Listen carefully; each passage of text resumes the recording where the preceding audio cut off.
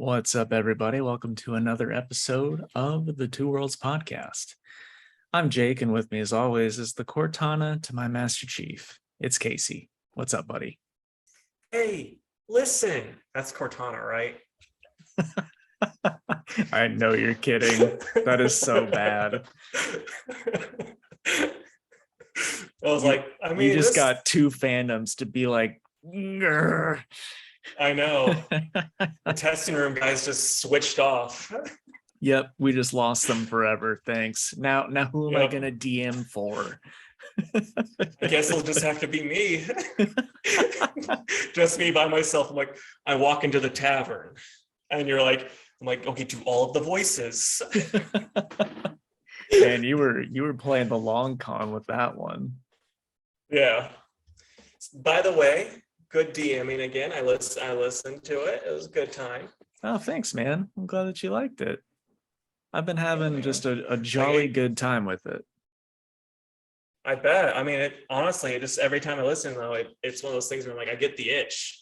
And I also look for this other podcast that I used to listen to that did, Dungeons and Dragons stuff. It's called Gumshoe and Goblins. And it was super good. They had 2 episodes, and then they took 8 months off, and they had a 3rd episode. I'm like, sweet. And then never again. Oh, that is very sad. So how was your week, man? Not too bad. I mean, didn't do a whole lot, honestly. What about you, man? That was pretty good. I started a new game. That's been cool. It's called A Plague Tale. You heard of it? Not at all. Oh, okay. Well, it's like a stealth / action adventure / survival horror game that takes place in France during the plague. Okay, nice. It's pretty rad. It's I think it came out in 2019, but it looks very, very good. So fucking good. And pretty rough, pretty hard though, or not so bad? Well, I'm 3 hours into it. But yeah, I mean, it focuses so much on because you're a girl leading your little brother through places. So it's really heavy on the stealth. But the parts where you got to use combat, it's kind of tough. And yeah. it's definitely the scary parts are pretty scary. So it's fun. It's fun stuff. Thanks, man. And I found out today that they're doing a sequel in October. So it's oh man, that's exciting. I'm glad I didn't have to wait perfect. Multiple years. Yeah, that's perfect timing. Yeah. And then you went and got some old retro games over the weekend too. I did. I went to the Missouri Game Con, which was a lot of fun. Went with my lady, and we took her brother because he was visiting us. And I picked up some cool games. The one I was looking for was not there, unfortunately. So I made up for that with a multitude of other games. What was the one you're looking for? Something Fire Emblem related, I'm assuming? Or it is, yeah. Fire Emblem Path of Radiance on the GameCube. It's very elusive and very expensive, but I thought if I were going to find it, that it would have been here, because the last time I went, it was there, but I was like, I'm not going to spend that much on it, and I've never seen it for that price since. So yeah, dude, that reminds me, I keep meaning to tell you about it. There's this comic strip dude on Instagram. It's called Wooden Plank Studios, and they have this whole series that's Smash Brothers related. Oh. And so way back, I don't know how long ago it's been now, but Sephiroth killed all of them. He poisoned poisoned the punch or whatever. They all died except for Incineroar, because he was gone. And then that's right when the dude from Tekken got announced, Kazuya. So like, and then Kazuya showed up. He just saw them all dead, so he decided to toss them all off the side of the, like mountain. Like he got tossed off when he was a kid, because that's just how his brain worked. And so then they had like those two then had to team up to bring them all back. And so they're slowly reviving people. They're doing the Fire Emblem people now, and it's pretty funny. I think That you sounds like a good it. time. Yeah, I will absolutely check that out. Yeah, now you can binge it since it's been going on for so long. Yeah, no kidding. Plus, us Fire Emblem fans are always starved, so. Yeah. All right, well, let's get into the news. It was abysmal this week. I'm guessing since last week was so good. So I don't have a lot at all. So I'll let you go first. Yeah, most of mine's kind of just, quick talking points, but whatever. So the working title for the Godzilla vs. Kong sequel is going to be called Origins. And in the notes I put, oh Lord, I hope it's better than X-Men Origins. Dude, you take any chance you can to bring up that movie. I mean, in all fairness, this is another movie called Origins of a franchise. It's not that hard of a leap. But yeah, I mean, my main worry is it's like there's so many times where these nerds are like, oh man, these movies would be cool if like all of the humans weren't there and it was just Monkey Punch Lizard the whole time. And it's like, I mean, would it really be that cool? Like for 2 hours, just that? Really? Maybe. I'm not convinced. So if it's Origins and it's they taught, and like I know the director was like, I want to do one where it's in the past and it's all this nonsense. It's like, boy, I don't want that. But whatever. It might still be fine. Might. But I wish Michael Dougherty was directing again and not this dude. I don't know. Wasn't as big of a fan of his take as I was on Dougherty. Right. Well, I hope that it's at least enjoyable for you. Yeah, I mean, I have a feeling they're leaning more and more into like how the later Fast and the Furiouses are, where it's just like, let's get as stupid as possible. And it's like, I think that's what they're just like, let's do that. And, so, I mean, maybe it'll be fine.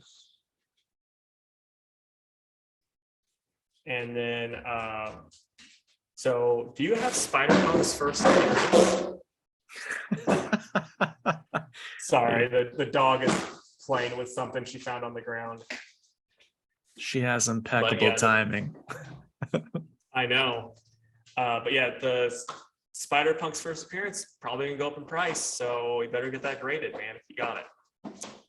I don't, but do you know what it is? It's probably an Amazing Spider-Man, one of those numbers, because I remember him showing up when they were doing that whole Spider-Verse nonsense and Dan Slott's run. But you are correct. It's number 10 from that run. I think it came out in 2015. Okay. I think I have that one somewhere in not very good condition. So, well, but yeah, it's he's gonna appear in the new Spider-Verse movie. They actually already have toys. You don't stop it, I'm gonna take that from you. This is what she was playing with. Oh, excellent. Well, speaking of movie stuff, that's all I've got this week, by the way. Jason Momoa posted pictures with Ben Affleck on Instagram saying that they shot scenes for Aquaman 2. And I think that got a lot of people pretty excited. How did you feel about it? I'm interested. So I actually read from some insiders. I did air quotes for those that are just listening. And apparently the big reason why they did the shoots is because it's reshoots from scenes that were actually Michael Keaton scenes. But since this is now taking place before Flash, they're like, we have to like reshoot it. But the interesting part too is they're like, had the people that were in charge were still in charge and whatnot, Ben wouldn't have come back. So he's actually like, because before he was just like, I'm done, no more Batman ever because I hate these people, basically. And then now he's like more open to it because he doesn't, he doesn't have a problem with these people in charge. And that's got Snyder fanboys like, frothing at the mouth, basically. Right. I guess I didn't realize that Keaton was going to be in this one. I didn't really know either. I didn't know there was gonna be Batman scenes at all in this one. So Right.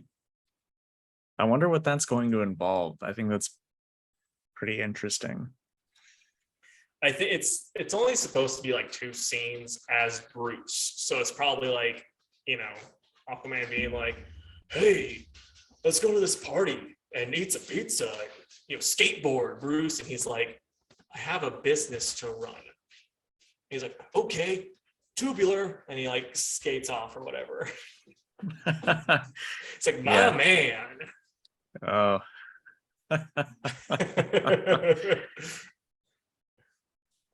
Okay, so I think this might break your heart, but Star Wars Knights Old Republic remake has been delayed indefinitely after the firing of the game's art director Jason Miner and its design director Brad Prince. People are saying it won't be released till 2025 or later. So I would not too broken up about it personally, but how do you feel? I'm bummed. I was pretty stoked for that. And like I think it'll still happen because they've been working on it for a while. It just sucks that it's going to be at least a few more years. So I feel like we've been waiting that long anyways. But I'll be patient. There's plenty of other stuff to play until then. It's just one of those. It's like one of the best games ever made, and I have high expectations for the remake to give it some much needed updates. That's my problem is like Knights of the Republic was so awesome. And you know what happened the last time?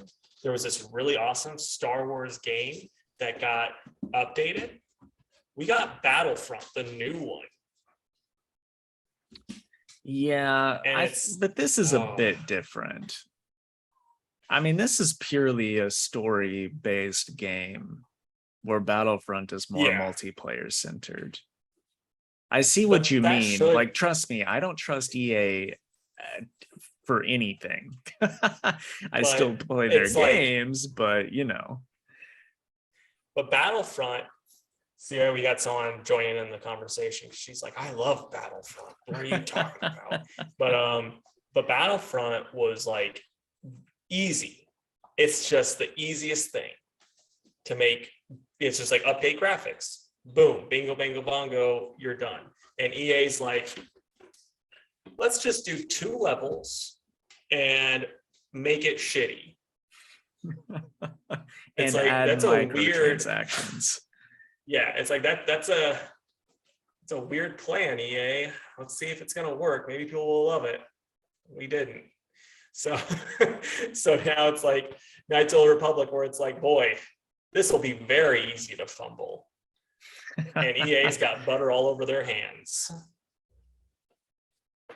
Well, we'll see.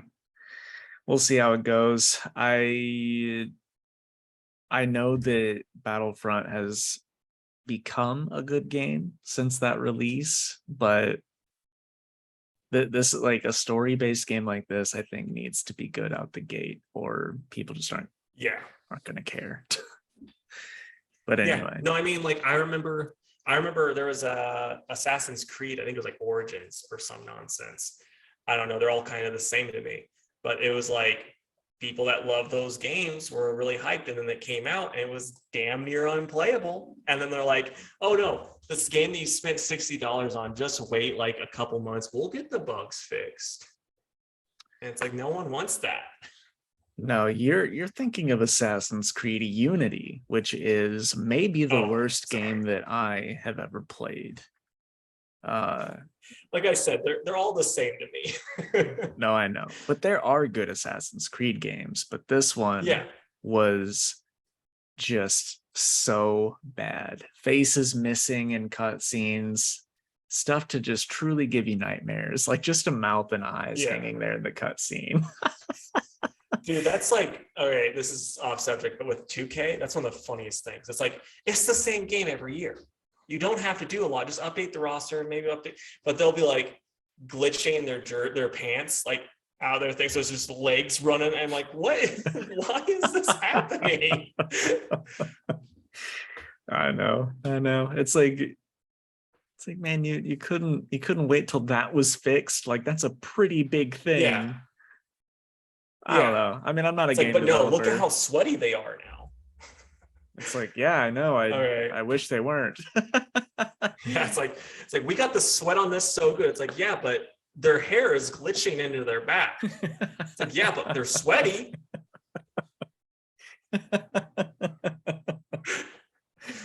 Okay, so Destin Daniel Cretton from Shang-Chi will direct Marvel's next Avengers film, Avengers: Kang Dynasty.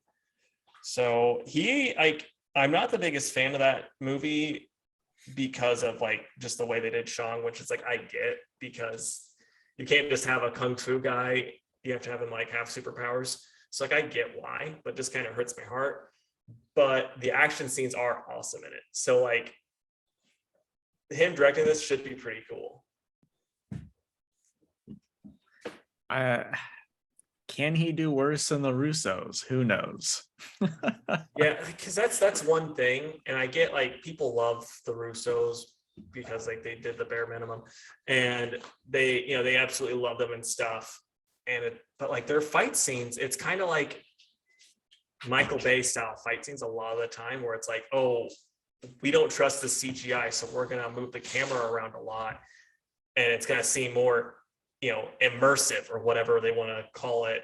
And I hate that type of stuff. With the Shang-Chi stuff, it was more like a kung fu movie. So I'm hoping they kind of go, they keep that kind of style where it's like you are focused on the action. We'll slow it down and show, him nearly getting Shang and all this type of stuff. I hope that's how they do it. And I hope it's not the whole immersive crap that I don't like. Yeah, agreed. I still need to see Shang-Chi. One of these days. I mean, yeah, it's perfectly fine. All right. All I got are a couple rumors, so I'll let you finish up and then I'll do the rumors. Yeah. So we got a proper trailer for the Andor show, and also we saw that it was moved to September 21st. I think it was supposed to come out in August, but now it's September 21st, which is whatever. I don't know if you watched the trailer. I thought it looked incredible. Like, I am very, very, very excited for this. I didn't watch the whole thing. I watched a little bit of it, and it's like, oh, that looks pretty neat. Funny thing that I do want to mention, though, I saw on Twitter, someone called Heather Antos a Nazi because she said it looked good. I don't know. The person that was saying it was like, I don't even remember. The way they justified it made zero sense. And yeah, and then people were like, how? And it's like, oh, I guess you can't read. You're an illiterate and a Nazi. And it's like, oh, okay. You're just trolling really hard. Yeah. I don't see how. I mean, unless it's for the genocide of the Jews, I don't see how liking something makes you a Nazi anyways. But yeah. I mean, it's just like, it's like if you're reading, the Diary of Anne Frank and you're like, I hope they get her, then like you're a Nazi. Yeah. But if you're like, I hope she gets away, then you're not. Like it's pretty easy that way. Sure. And then when it comes to Star Wars, it has nothing to do with anything. Crazy. I thought it looked really good. No.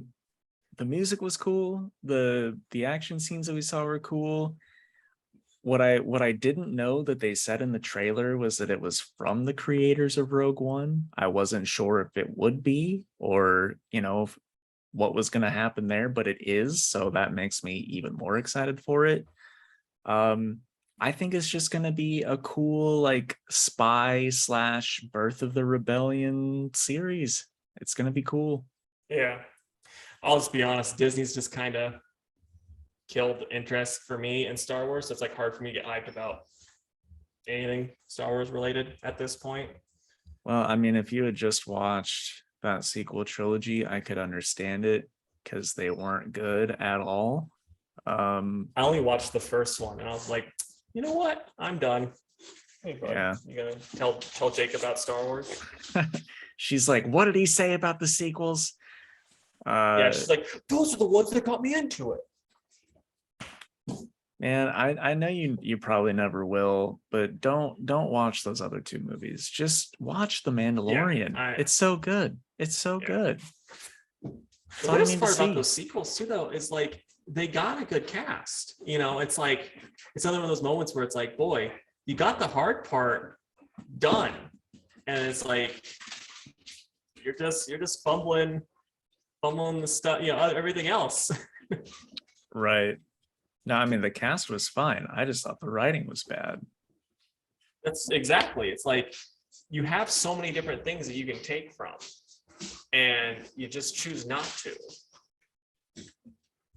And then they let two different people do three movies. It's just I don't know. Yeah. I mean, whatever. We don't need to get into the fucking sequels right now. But anyway, Yeah. We can do that for the YouTube. Right. Andor looks cool. I'm excited. They changed the date, and that is it. So carry on, good sir. Okay, so got some one's not really a rumor. The other one is a rumor. So we're gonna take a trip to the rumor mill. It's been a while. Let's hope it's still there. It's been a while. It's been a while since we went to the rumor mill. But a lot of rumblings and rumors of a prominent, in quotes, actor has signed on to play Reed Richards. So we don't really know who it could be. And these little shits are just like play fighting right next to me. My guess is Christopher Walken. Oh, dude. You don't know how happy that would make me. And how many people that would really upset. Like, now, you know the Marvel fanboys would be like, I don't know, just give it a shot. Like, he's kind of what I always pictured. If I could do even a remotely decent Walken impression, I would say something trying to be funny, but I can't, so I won't. But yeah, the thought of that just really just gets my goose. My old roommate Josh sent me a TikTok that was like someone saying, it's like, well, Marvel just can't cast Doctor Doom, you know, any worse than the last two Doctor Dooms. And then someone goes, I want Cat Williams. And then the dude like then does an impression of Cat Williams as Doctor Doom, and it's hilarious. That sounds amazing. I mean, I don't know. We've talked enough about the casting. I guess I'll just wait and see who they pick. But I wonder if they're gonna announce that stuff soon. Like, surely they've been working on this. Like, yeah, I mean, if they've you know did cast the prominent actor, they're probably still trying. They're now going to be trying to cast the rest of them and whatnot. Go from there. yeah. And then the other rumor is Tobey Maguire is set to return as Spider-Man in Secret Wars. He's going to have the black suit, and I don't like that. If this rumor is true, it should be Andrew Garfield that gets the black suit because Tobey's already had it. And it's also like Tobey Spider-Man, like in the other one, it's like he seemed happy. He doesn't need to come back and probably die. Right. Yeah, I think like at this point we all know how much Jake loves Tobey Maguire's Spider-Man, but I think Andrew Garfield would really like another go as Spider-Man. So Yeah. let that guy have it. Yeah. Those were my two rumors. Okay. Well, now we're going to take our ad break, or if you're watching on YouTube, our little exclusive YouTube break, and then we'll come back and talk some comics. So we'll be right back. All right, really quick, I am gonna let these monsters outside because they're acting a damn fool. So I'll be right back. Sure. All right, man. So as I showed you via text message over the weekend, when I went to Mo Game Con, I picked up for Sega Saturn one of your favorite games, Virtual On. Now, Such a good game. I did that because of you. Over the years, it's been one of those games where I'm like, man, I really want to play this. He makes it sound so cool. And I don't know. Like, I didn't check and see what it was going for, or if this guy was like given a good deal or an average, whatever. I paid 70 for it.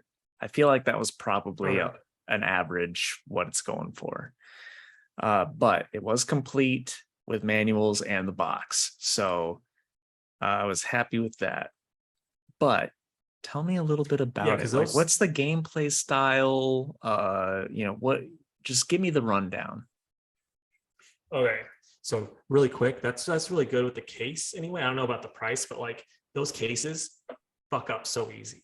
Like most of ours are broke, partially because I was a monster as a kid, but also they just break. Well, yeah, this one does have like a slight little crack in the side of it, but I was like, not that bad. Who cares? Like, because you know how they open up, mm-hmm. You know, like it's like those top pieces can break so fucking easy. And yeah, they're just giant cassette tapes, right? Like you just oh yeah they're terrible. But no, so it's like, you know, you choose your mech, and different ones have like a little bit different abilities. They don't dwell in that as much as they do in like the Dreamcast one, but you have like, oh yeah, your boosters, and then you have your weaker attack, and then you have a couple like more powerful attacks, and you can, it's a, you know, fighting game type of thing, but it's like a big 3D fighting game with robots. And then, like, you know, if you get in close, you can hit close and all that type of stuff. And it like I said, it's just so much fun. My favorite was Raiden, the one that you accidentally got me the right toy of. And like, yeah, because he was like a tank. Like he could take more hits, and he was just slower, and it's like the speed's nice and stuff. And there's like this one she looks like an anime girl, but it's like pink and has like, you know, her robot suit's got like, you know, pigtails and shit. And when her power gets low, she goes like Super Saiyan mode though. She like turns like all the armor blows off, turns gold, and it's way stronger. Nice. But and it's faster and all that stuff. And then like like some of their special attacks kind of suck. Raiden's got the best one because it's just got those two big cannons on his shoulders, and it just blasts out. And it's like, that's one of the funnest, like the best things to do is you just press. It was like, I think I don't remember, like the middle button is the special one. Press that right at the beginning, and like 9 times out of 10 you can just fucking hit the person with it, and it like takes them down a good bit of their health, you know. So is it like an arena, or is it like a side fighter? What would you describe like arena? I mean, is there like a map that you move around, or is it just like they're side by side like Street Fighter? It would be kind of like a map that you move around. So it's kind of like a really, really big virtual fighter. Like, you know how Virtual Fighter is the big 3D ring? Yeah. It's just bigger. Like, I mean, I don't remember all the levels, but I remember like the level that sticks out the most was the boss guy level. And it's like, he's stationary in the middle pretty much, except for like when he wants to fucking kill you. And so then like you can go around like big time on this thing, but then other spots it's a little bit smaller. It's been forever since I played the Saturn one, so right, a lot of it's, you know. So it's not like a co-op thing. Like if we were to play, it would be like a one-on-one thing. Yeah. Gotcha. And did you beat it when you played it? Oh, I beat it with I think every character. Nice. All right. So, yeah. I'm curious because like I talked to you about this too. I think it would be fun if you and I were to stream playing it. And anybody that's like listening on YouTube at this point, if you would like to see that, let us know in the comments. Otherwise, we would just be playing it for us, and we can do that without streaming it. But Yeah. it's one of those things where like there were games that I played as a kid that I beat all the time, but I go back and play now and I like can't get past the second level. So do you think you could still Yeah, be good at it, or do you think it might be trickier now? I think I could still be good at it because it's like pretty simple, and the controller is better than like when you go back and try to play N64 game. Because that's like one thing that I went back when I was in college and I had like my N64. I was like, oh yeah, guys, let's play this. I'm like, holy shit, this controller is terrible. Yeah, it really is. Dude, I don't know how they did it. Because I remember playing The World Is Not Enough all the time, and you moved and aimed with the one stick. It's like I don't know if I could do that now. Yeah, no, like we were trying to play like first person shooters and shit. And I'm just like, this is like I think it was Turok. That was the big one that I Turok is grew awesome. up with. And it's just like I'm like, I was awesome. Like as a kid, I could play like Turok Arena and I would get so far, I'd get all the different characters and stuff. And then like I try to play it now. I'm like, why? Why did you make it like this? This is terrible. Dude, when I went over to our mutual friend Callan's house, he like Turok was his thing. Like he loved Turok. We played it all the time. My favorite part was getting a bow and arrow and shooting an enemy in the foot with it, and blood would start spurting from their neck. It just made no sense, but it was awesome. My favorite was always the inflator gun. You remember that thing? I do. Yeah, it's just like you just and then they just slowly just getting bigger and bigger, and they just blow up. Oh man, good stuff. All right. Anything else you want to say about Virtual On? No, not right off. I mean, the Dreamcast one's still a lot of fun. And hey, if you guys are still listening to this, give us like a couple grand and we'll get the arcade cabinets and we'll play that way too. And we'll like decide which one's better, Saturn or arcade cabinet. This is not at all a selfish Casey just wants the Virtual On cabinet thing. So no, don't worry. We will do a YouTube video exclusive. Yeah, of course. All right. Welcome back, folks. If you would like to hear Casey and I talk about the video game Virtual On for several minutes, then head on over to our YouTube channel. That's Two Worlds Podcast on YouTube, where we talk about it. Yeah, and if you want to have us stream just us talking about it right into your, into your household, onto your TV, don't ask us how we, are able to do that, but we are. All you have to do is do some smoke signals from your backyard saying, I want exactly that, like exactly what I just said, smoke signals, and we will see it. And we'll be streaming directly to your bedroom TV. Holy crap. Yeah, about that. So I read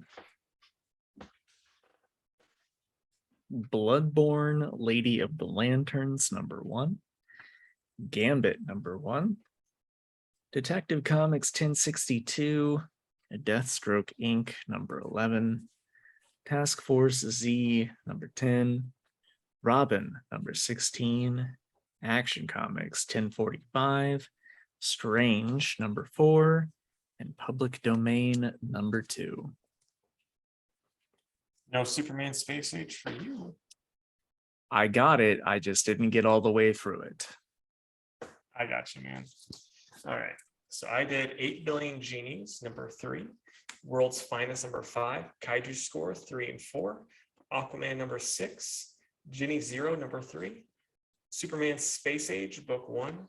Detective Comics, 1062. Robin 16. Task Force Z 10. Strange, number 4. And Action Comics 1045. So no public domain. No, I didn't get in on that one. You didn't? I thought, didn't we talk about number 1? It's Zdarsky's book. Nope. Dude, this is something that you need to be reading. Yeah. Seriously, like you would love it. Why aren't you reading it? I think it was a big week, the week that the first issue came out, and I was like, well, didn't pick it up. Well, text me about 1 and 2. Like it's such a book that you would like. All right.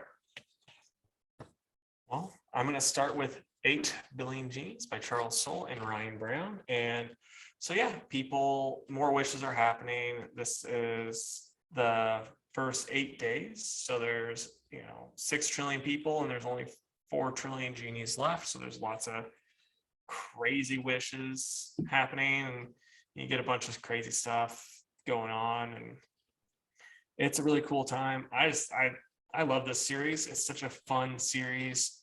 One of the main characters in the bar makes his wish then, and I'm not gonna say what it is, just in case people are like, oh, I was waiting for Casey's review of this before I read it. But yeah, it's really good. I think everyone should be reading this book. I'm loving all about it. Charles Soule's a really good writer. And I give it an 8.5 out of 10.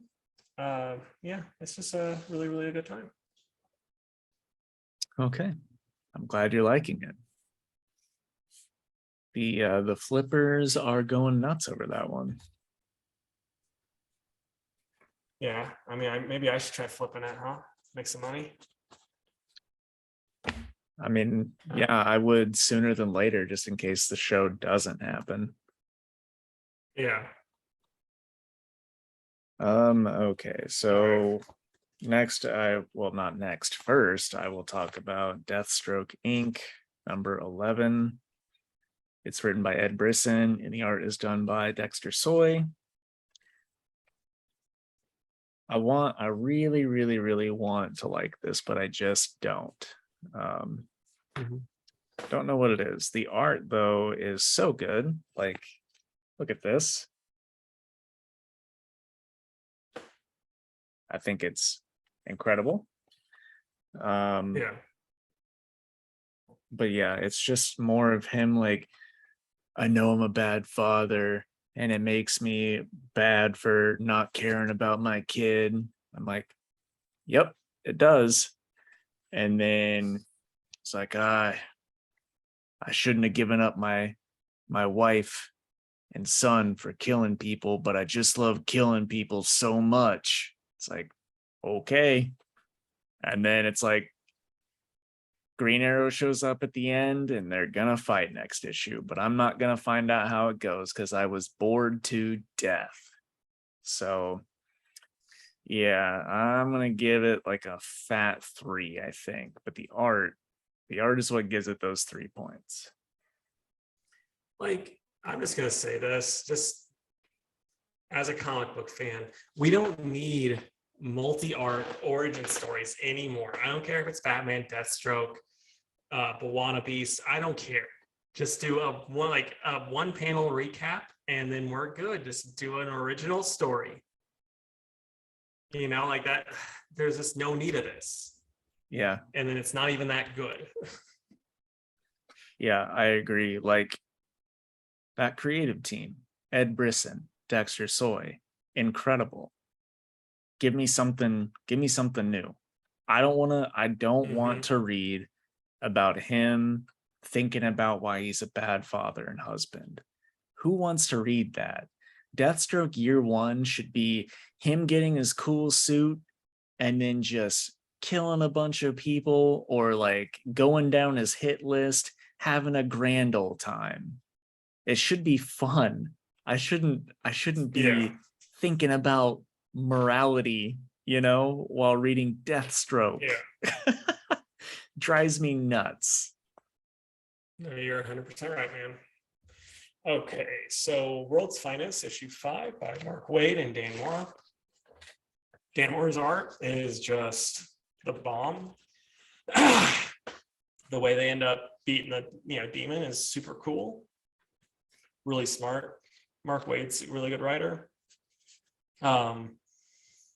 The prologue, bringing the demon back, it's kind of, the way it sounds. It's like how they're working into Lazarus Island is a little so-so, in my opinion. And then like I'm interested in seeing what about rescuing Robin. That should be pretty cool. But this was really good. It's like it's less of a Batman Superman book and more of a just, hey, Mark Waid wants to write these guys' book. Yeah. But I really, really like it. I think this is another book that people should be reading. And yeah, I'm probably gonna go 9 out of 10. Dan Mora's art's super good. I'm glad you liked that one. It was a real treat when it came out. Yeah. All right. Public domain number 2. It is written and drawn by Chip Zdarsky. It's cool where they're dealing more with the legality of the dad and not getting the rights to the comic that he created. I mean, it really is just pretty much the story of Stan Lee and spin the wheel with the artists he worked with. But it's really, really good. When Chip like wants to be serious and do like, I don't know, I hate to just be vague with character interactions, but like he really nails drama when he's on. And I'm sure Casey knows what I mean from Sex Criminals.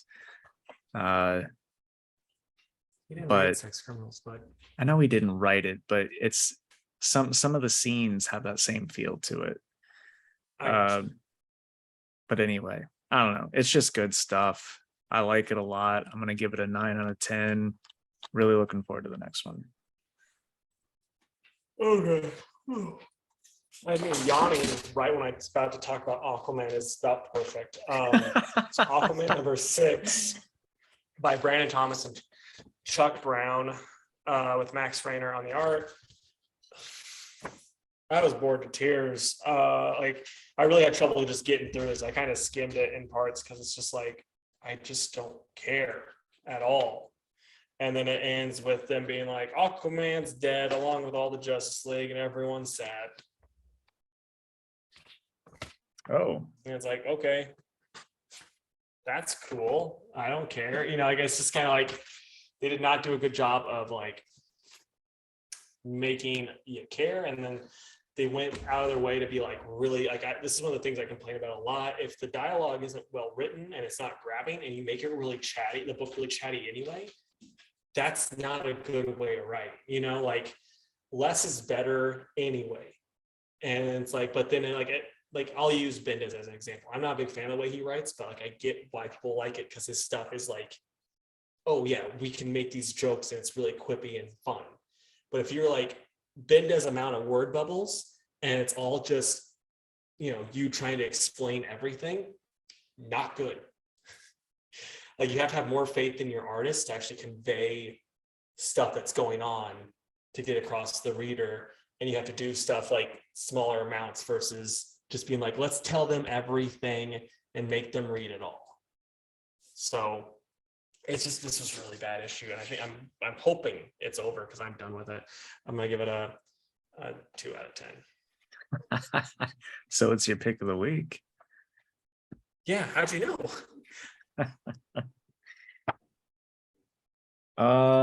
Okay. I don't think you did. You didn't get Gambit, did you? Yeah. Okay.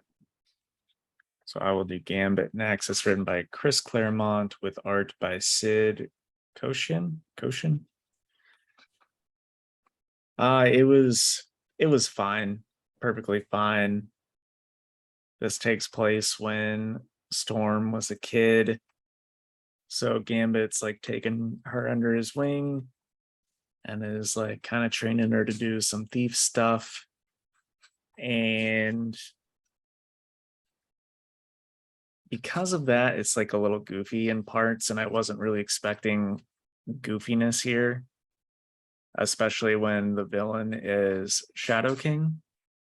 Because I always thought he was just more of a serious, imposing X-Men villain. But it's whatever. Art is okay. I did get this really nice Peach Momoko variant, which is very nice. Ooh, Um, that's like 100% one of your dreams, isn't it? Peach Momoko doing Gambit. yeah, she knocks it out of the park. So also there is one scene where my city of St. Louis is repped here, so that was kind of neat to see. Oh shoot! Yeah, Gambit didn't come by Oh, comic yes. headquarters though. He doesn't listen to this podcast because we tell him where it is every week. I know. But anyway, it was perfectly fine for a first issue. Depending on how heavy the week is that issue 2 comes out will determine whether or not I pick it up. So I'll give it like a 6.5. Yeah, it was all right. I got a couple questions really quick. How you rate it? Because I think you've read every Gambit series, pretty much, correct? Yeah. How would you rate this then on the Gambit scale? Man, it's at like the bottom, honestly. Which isn't Yeah. really fair because it's just a first issue. You know what I mean? Like they're Yeah. trying to set Yeah. stuff up. And also the last one that I read is at the tippy top of that scale. I knew that So one would be because you're like, I have to even get the inkers to autograph this one. yeah, I know. It was so good. So it's not really fair. I know it's been years since that series came out, but I'm like, man, I hope it's as good as that one for no reason. I shouldn't have that expectation in my head, but I want it to be that good. And it just wasn't. So, it is what it is. Also, And my other question, people love Claremont, but I don't know that the stuff Claremont does today is as good as the stuff he did in the 80s. I think that's a big part of it, in all honesty, because it's like, and I think he kind of falls into like the same stuff over and over again, because it's like he's like, oh, I like these characters, and that's what I'm gonna use. And he did that with his Exiles run. That's why his Exiles run it was so bad. And then like Nightcrawler, he started using these like Z-list characters that he made up, way back in the day. Yeah. I'm just like, boy, I don't care about this, So yeah, I mean, my other question though is how old is Gambit if he's hanging out with a young Storm? Or is he like time traveling or something? So hold on, because there's an answer to this.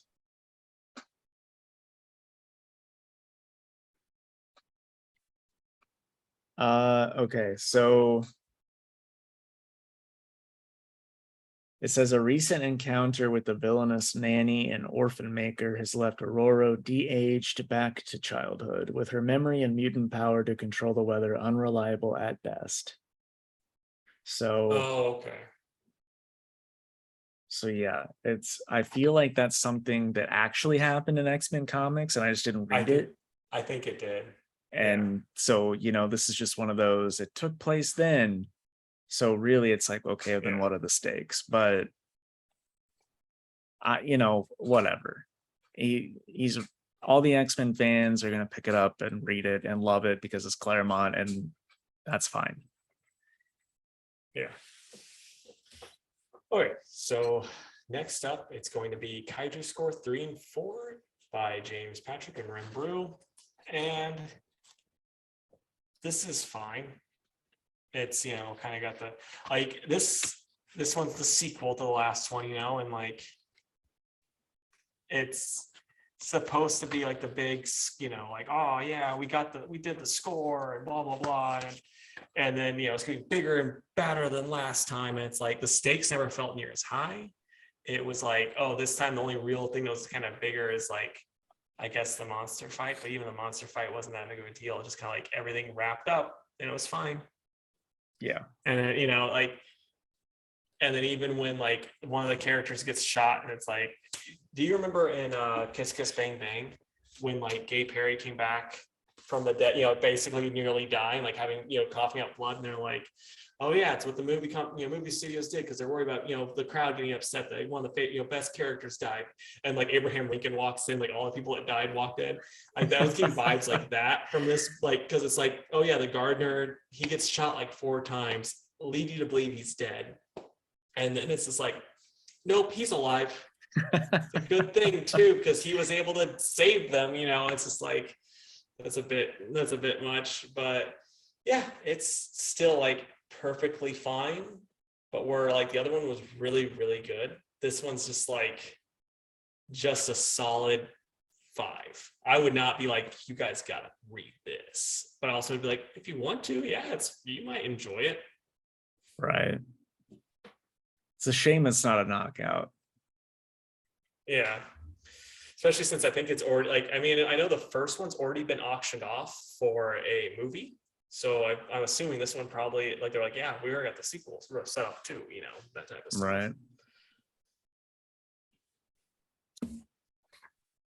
Okay. Next for me is going to be Bloodborne Lady of the Lanterns #1. So here's the thing. I have never played Bloodborne because it's a PlayStation exclusive. I didn't even know it was a game. Yes. PlayStation exclusive. But it is about demons and monsters and the people that hunt them during the plague. So what you guys are learning about me is that I really like the gothic plague setting. But it's a cool setting, especially when you add in like monster hunters and stuff. It's cool. So yeah, I've read all the other Bloodborne comics, and when this one came out, I was like, heck yeah, more Bloodborne. I'm all about it. So this one is written by Cullen Bunn, and the artwork is by Peter Kowalski. So I was worried because, as Casey and I have talked about multiple times, Cullen Bunn is okay. But I'll say, you know what, Casey? This year he's been better than okay. He's given us Godzilla Power Rangers, and I like this one. So, good for you, Cullen. But anyway, this one is listening. He's like, yes. the two podcast boys love me. He's not listening. He won't even step foot inside my shop. Well, because he knows what you don't like him. So now he's like, he's got his big list. He's like, I can go to comic headquarters now. That is so not true. I asked him years ago multiple times. But hey, who's salty about it? Anyway, so yeah, this one is about the Lady of the Lanterns. She is not a good guy, if you will. And these 2 kids are inside their house, and the girl's like, Dad went out to search for food. He'll be back anytime. And already I'm just like, oh, no, he won't. And soon one of the hunters and a werewolf are like fighting outside their house, and they, crash through the door, and the hunter kills the werewolf and saves the kids, but he gets injured. So the kids like patch him up a little bit and let him sleep. And then the Lady of the Lantern, she sings a song, and like it sort of what's the word I'm looking for? Uh Help me out. It In makes people want to like come to horny. her. Oh, Oh, it entices oh them, man, something like that. yeah, yeah. So Um, like what I said, accurate. yeah, except there's kids involved, so I don't want to say that. Uh, Oh, so Chris anyway, Hansen shows up. yeah, I know, I can right? take a seat. So the lady starts singing, and the girl of the two kids sees her dad and goes outside. And then it cuts to the guy waking, like the hunter. He wakes up and he smells like really tasty food, and he goes outside, and the kids are like, "We made food, come and eat."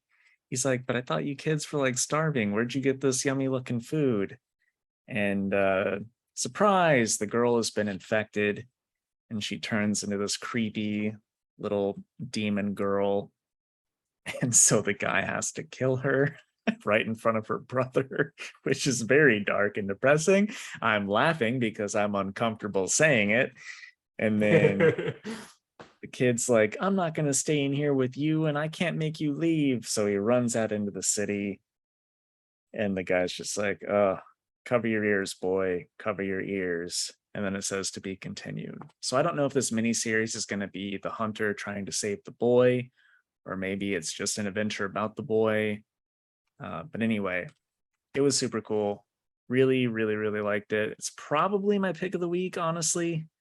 So yeah, I'm gonna give it a 10. I have no complaints. Well, I'll give it a 9 because the art wasn't great, which is a real shame. But it's very good if you're a fan of Bloodborne, or you like that creepy gothic setting with monster stuff. Highly recommended. Right on, man. Okay, so next up, it's going to be Genies Zero by Dave Dwonk and Brockton McKinney with Magenta King on the art. And I'm still loving this. We get some flashback stuff. It kind of jumps around a good bit. And more of the cult stuff going on too. And next issue, we're gonna have a big monster fight, it looks like. I mean, there's not really anything I can say to complain about. Not a lot happens in this one plot-wise, so that's like the one major problem. This is kind of like a filler issue for the series, but I'm enjoying it still. I'm gonna probably go with 7.5 since it is just kind of a filler. Okay. I think I just have our 5 mutuals question mark. All right, so then I'll count my 1, 2. Yep. Okay, so I'll talk about Superman Space Age by Mark Russell. And by the way, Ultimate- I am going to read this. I just ran out of time. So so Superman has a sex change in this. It's crazy. wow. Other than that, don't worry, I won't spoil anything else. You're like every customer at my this store. But this is it's really neat. I mean, there is one thing that I'm going to complain about, and this is like very much a Jake gun complaint, but it's farm related. So there's a part when Clark is talking about John about working on the farm, and he's like, it's like, my other father didn't run a world, he ran a farm, and in my frustrated teenage mind, he thought like a farmer, meaning that he thought that you should start small and stay that way. And it's like they're loading up hay, and he's like, "That's enough for today. I'm spent." And they have all this hay left to do.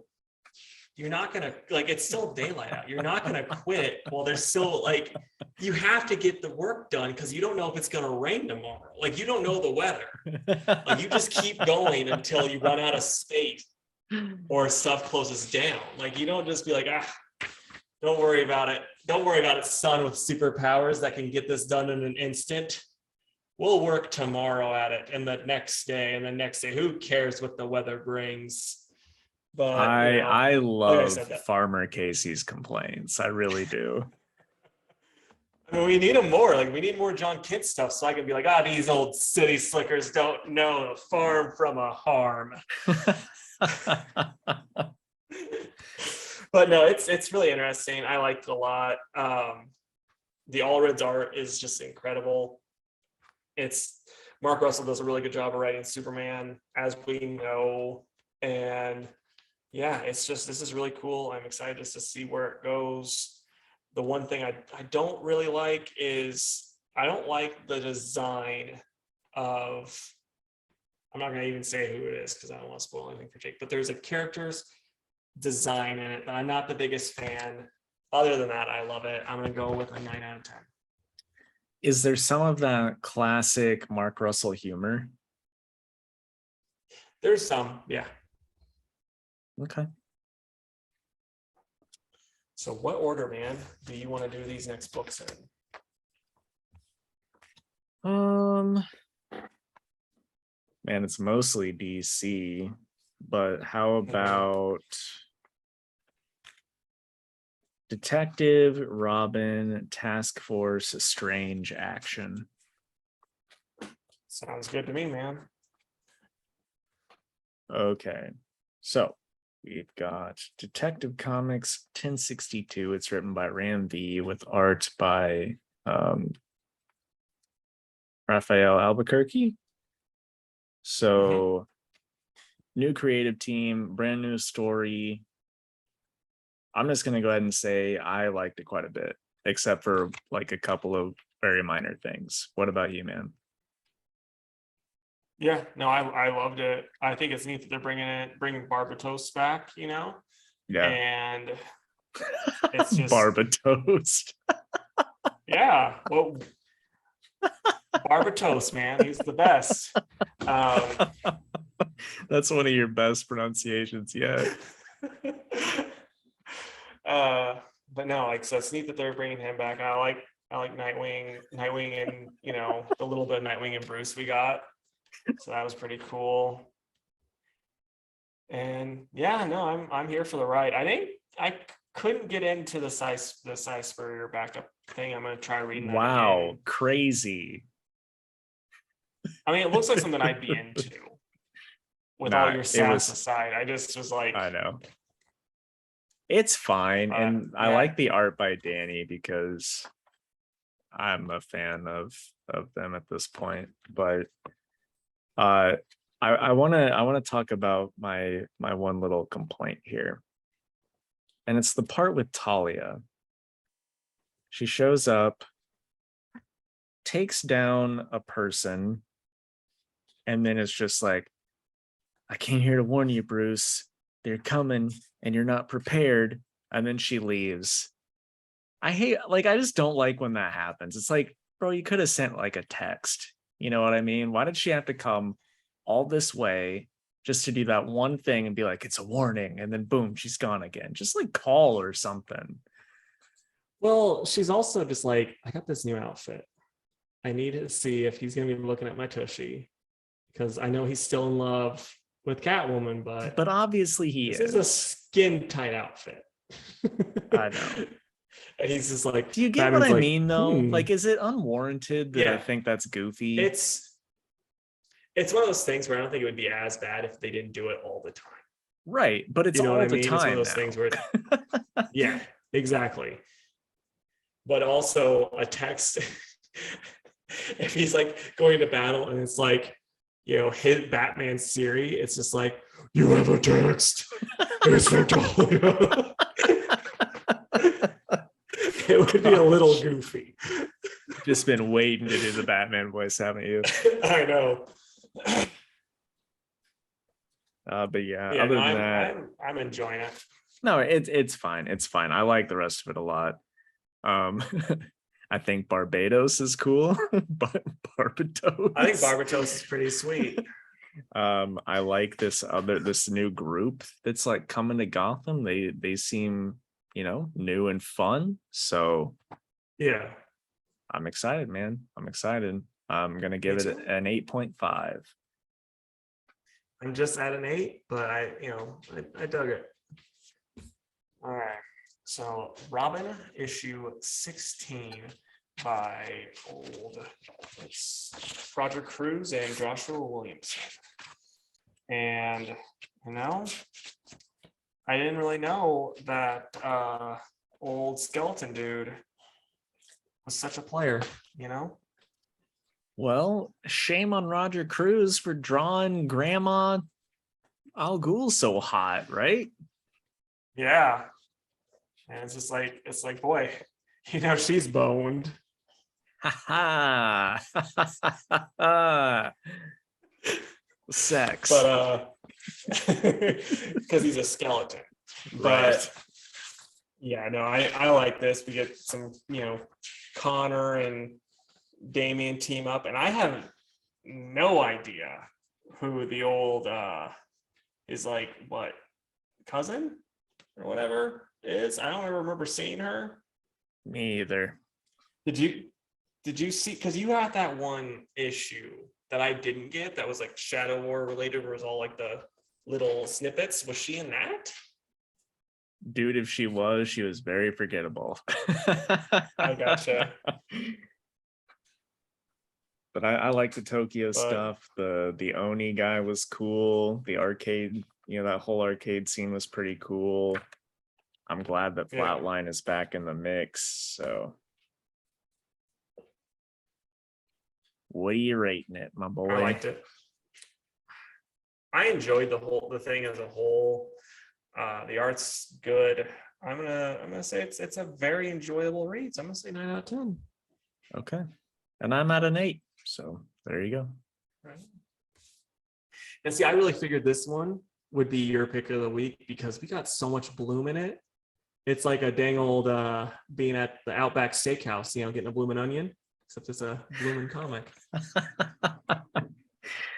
Dude, honestly, when I was like, I think it might be my pick of the week with Bloodborne, it's because Task Force Z was also right up there with it.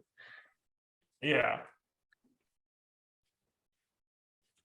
All right, so Task Force Z number 10. And it's written by Matthew Rosenberg with art by Eddie Barrows. And finally, we had all of our Bane questions answered, Casey. What did you think of this? Yep. I liked it a lot. Like the only real thing that kind of annoyed me is Solomon Grundy shouldn't have been taken out by a dang old car, Other than that, I thought this was awesome. Just everything about it was cool. And the way they did the Bane stuff was crazy. And then the big reveal of who Bane actually was super awesome, because that's like, those characters are characters that, you didn't read Tom King's Batman, which is like good for you. But it's like, those are characters that just got forgot about now.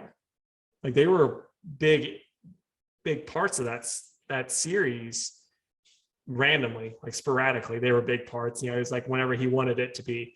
But it's, yeah. And then like nothing. And now it's like, oh, well, we got to see one of them now. So that's really interesting. So one thing, okay, before my question, I think it's cool that Rosenberg is taking these characters that were used one time and are making them cool, right? Yep. Now, because I didn't read Tom King's run, I didn't know this character was dead. Are both of them dead? No. Gotham Girl, I'll spoil it. Spoiler alert, Gotham Girl's still alive. Don't know where she is. And then Gotham, isn't she like a bad guy? She became good towards the end, so then she became a good guy. It's one of those things. Okay. But yeah, he basically died early on because he overused his powers and his body burnt out, basically. So now that shouldn't be an issue. So we'll see how that works out. What are his power levels? Basically, if let's say he's fighting Batman, he'll be stronger than Batman.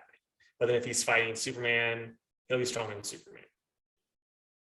And so like he basically was fighting the whole Justice League, and his body just was kept getting more and more powerful, and they couldn't take it anymore, and then he just burnt out and died.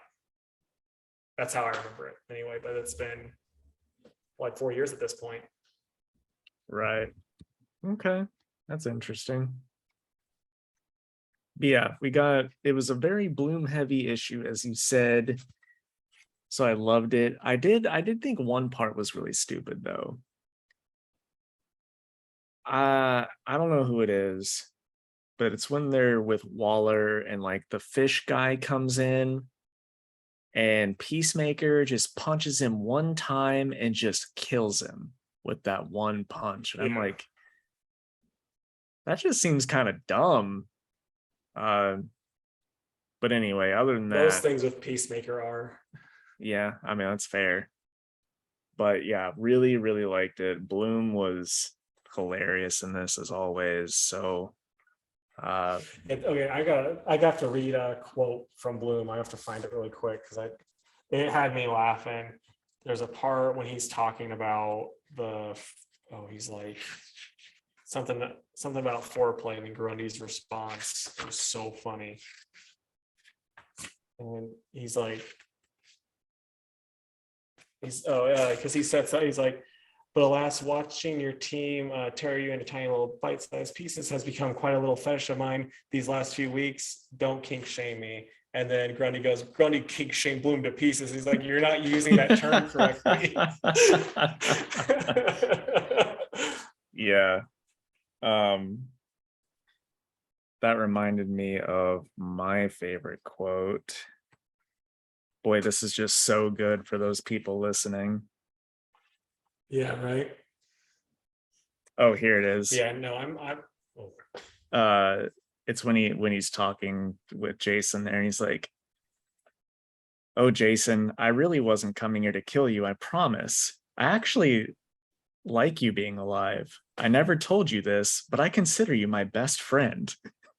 I'm just like, what? Oh, and then he says, "But don't tell Batman." It's just like, man, this guy is off his freaking rocker, and it's so funny. he would be so much fun in a Battinson movie, you know? He would be. He really would be. But yeah, the Peacemaker thing brings us down to a 9.5. Otherwise, I really did just love everything about it. Yeah, I'm at a 9. I really liked it, but I don't know. It just didn't blow my hair back, for a 10. Okay, so next up it is Strange, and this is by Jed McKay and Marcelo Ferrara on the art. Also, And maybe the boy, coolest cover of the week, I'll say. Like, yeah, incredible yeah, cover. yeah. I mean, what'd you think of this? Because boy, oh boy, I thought highly of it. I liked it a lot too. I mean, the stuff with Clea's mother was really, really good. Um, I really liked that interaction and just how pompous she was. And then the only thing that I really have to complain about is at the end when it says to be concluded. And like, we knew this wasn't going to Well, last, we're but I getting really thought that it was yeah, going to be more than 5 issues. yeah. One thing that I mean, they tried to explain it away, but I don't know who this guy is, the Shadow Knight.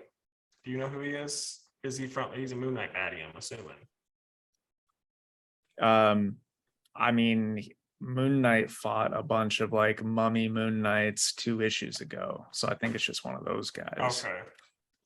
So, but it's like this Shadow Knight, even though he is bad and blah blah blah, it's like Thunderstrike, he still had the mace. And she's like, he was still being a good guy trying to fight it. So that's why I could beat him so easily. Okay, but Shadow Knight, someone that Moon Knight was able to beat, even amped up with magic, should not be harder to beat than zombified Thunderstrike, who's a watered down Thor. Like, that should not be how that works. Right. No, I agree. Other than that, I loved it. I thought I thought it was hilarious that that those people that attacked and they when they see, oh yeah, there's another warlord here, like they had to be crapping their pants, and she just is ripping them apart. I thought that was hilarious. Agreed, man. And yeah, it was really, really good. I really, really liked it. I'm gonna probably be at a 9.5 for this one. Yeah, I'm at a 9 for it as well. I think this was one of the better issues, and that is actually like really saying something. Okay, which leaves us with Action Comics 1045. It's written by Philip Kennedy Johnson and art by Will Conrad. So where were you on this one, man? I liked it, but like I'll start off with my one complaint. So Steele's daughter, she should be I mean, I know like they're because like where they're at, it's making stuff lighter. She should look blacker than this, but they very kind of like she looks very more Caucasian, in my opinion, than she should, especially like right here. Like these people look the same in their whiteness, and then she's like, oh yeah, I'm going Michael Jackson style, bleaching my skin to blend in. Like it just doesn't really work. All right. But other than that, that's my only real complaint. It's super like Bill Kenny Johnson writing Superman, still awesome. The weird dude at the end, you know, the Bila stuff, like that was interesting. I'm curious to see how that goes. And then like the backup story was fun. There was this guy, like I always remember seeing pictures of him and Superman related stuff. And I never once, I remember there was toys of him. Never once actually read a comic with him in it. So the fact that he showed up, and then we also are going to get to see some Keenan Kong in the next backup issue. It's got me pretty hyped. What about you, man? How are you feeling on it? No, I liked it a lot. Backup was fine. Um, good Superman moments with the kids there at that one spot. And then at the end, I think that next issue is going to have some pretty big action scenes in it, which should be lots of fun. So, Yeah. much like everything from this War World arc, this one was incredible. So it gets a 9 out of 10 for me. I'm at a 9.5. This will probably be my pick. It would have been a 10 had the color's been a little bit better. And also just really quick, you were probably one of the only other like 5 people that read the Chinese Superman book.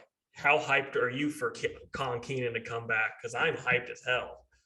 I'm hyped too. That book was a lot of fun, and Philip Kennedy Johnson, we know, will do it well. So, yeah.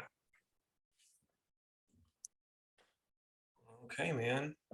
We're running long, so I'm going to skip the tweet of the week this time because we were going to have a big, long discussion on it. So let's go into what we're excited for. sure. So I will say Sword of Azrael. For some reason, the one-shot prequel and the #1 of the series both come out this week. I don't know why, but I will say that. Moon Knight 14 as well. And let's see. Demon Wars Iron Samurai. Right on. I'm going to go triple G this week. Ghost Rider, Godzilla, and Golden Rage. Golden Rage sounds like a hoot. Like, I'm genuinely, like, after I read what that's about, I'm like, that sounds so dumb and so much fun. Yeah, I agree. All right, man.